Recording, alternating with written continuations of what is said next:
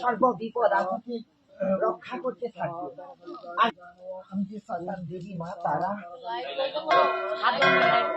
এই যে যজ্ঞের আমি যোগিনী রূপী এই ব্রহ্মপুরা ছাই সর্ববিপদ আপদ কেস মামলা পারিবারিক শত্রুতা ব্যবসা বাণিজ্য চলার পথে বাধা বিঘ্ন কর্মসূচি যাত্রা সর্ববিঘ্ন আমি রক্ষণ করতে থাকবো।